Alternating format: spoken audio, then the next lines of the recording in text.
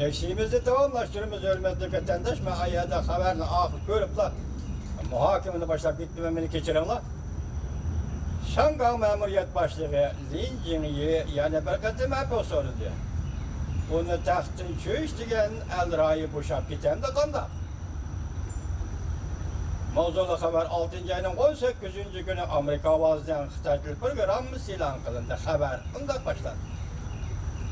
Şangan memuriyet başlığı Lin Jingyi haftanın 2. günü yani bir kıtım matbuat arkalık hep o soru.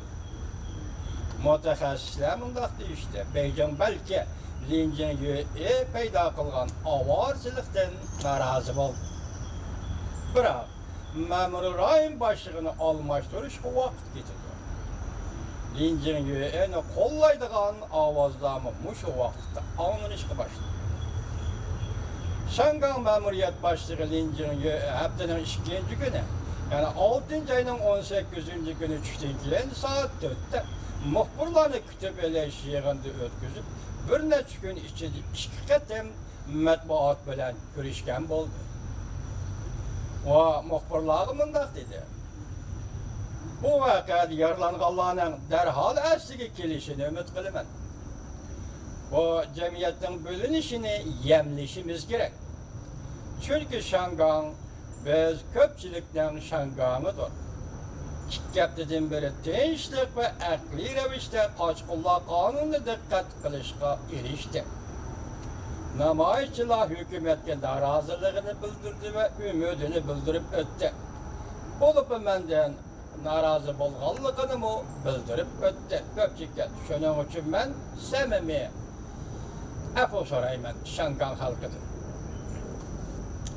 Lin Jingyi meselesining tafsilotlarga javob berganda kechiringlar. Lin Jingyi masalaning tafsilotlariga javob berganda biraz diqqatim chechildi hurmatli vatandoshlar, shuning uchun salma jumla olib chiqyapti, meni kechiringlar.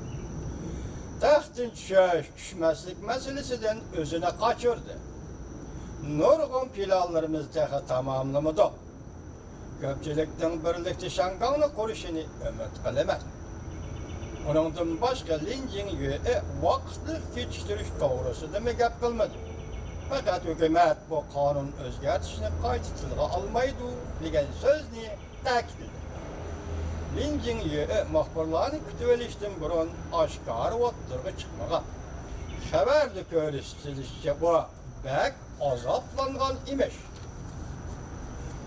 Memuriyet baş abeldari cinsici biz başlayan cinsisi mundaq deydi. Mesele şu yerdeki Lin Jingyi özünü qo'g'dab qalalandı. Liu Xiang Jungo'nun sabiq siyasi kengash a'zosi. Şangan'da bir bilim hazisining raisi bo'lib turayotgan bu kishi Amerika ovoziga mundaq dedi. Lin Jingyi'nin hakimiyet asasları yemirildi.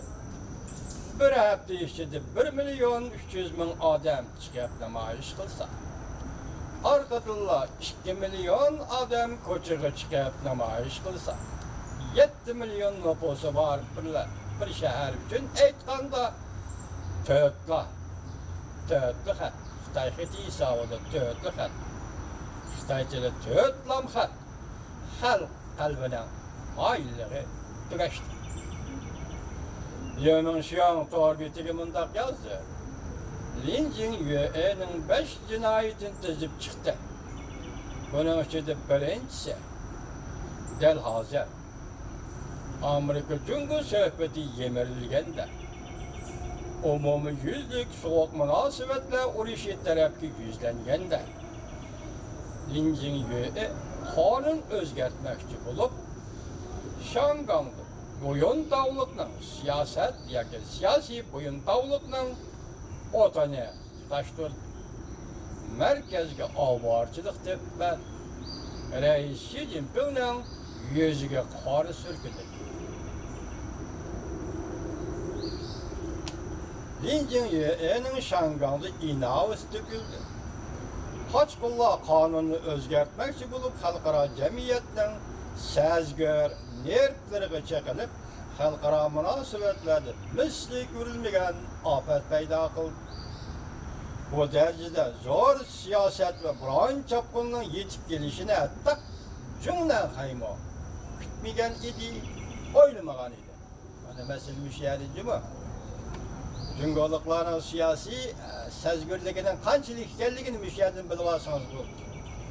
Eynek Gezeti Kanun Çıkarış Komitesi'nin sabık azası Zin Yiçin'nin sözdürdüğün nakıl keltirip mındak dedi.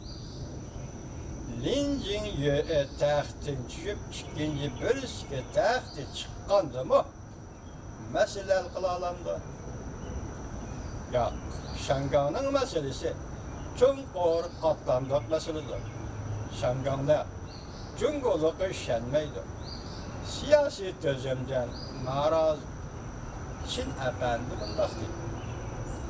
Beijing eğer Şangan'ı söyleyen bolsa, Cungonu söyleyen bolsa, ondaqda Linjin yö'eni taxtdan düşürüşü gerek. Bugünkü şeylerimiz var şu. Endi muhakeme kılımız başta sel çekilip ben muhakemede evvel başlayıp saptığıma endi sözley vatandaş.